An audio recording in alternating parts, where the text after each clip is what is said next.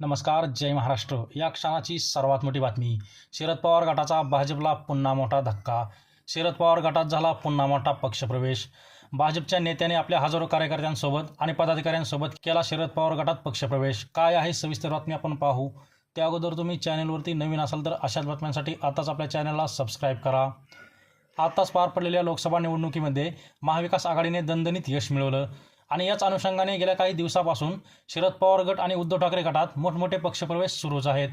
आणि लोकसभा निवडणुकीनंतर अनेकांच्या मनात महाविकास आघाडीविषयी आत्मविश्वास निर्माण झाला आहे. आणि त्याच पार्श्वभूमीवर काल उदगीरचे माजी आमदार सुधाकरराव भालेराव आणि देवळालीचे लक्ष्मण मंडले, अशोक पारडे तसेच त्यांच्यासह अनेक सहकाऱ्यांनी आणि पदाधिकाऱ्यांनी शरद पवार गटात शरद पवार आणि जयंत पाटील यांच्या उपस्थितीत जंगी प्रवेश केला.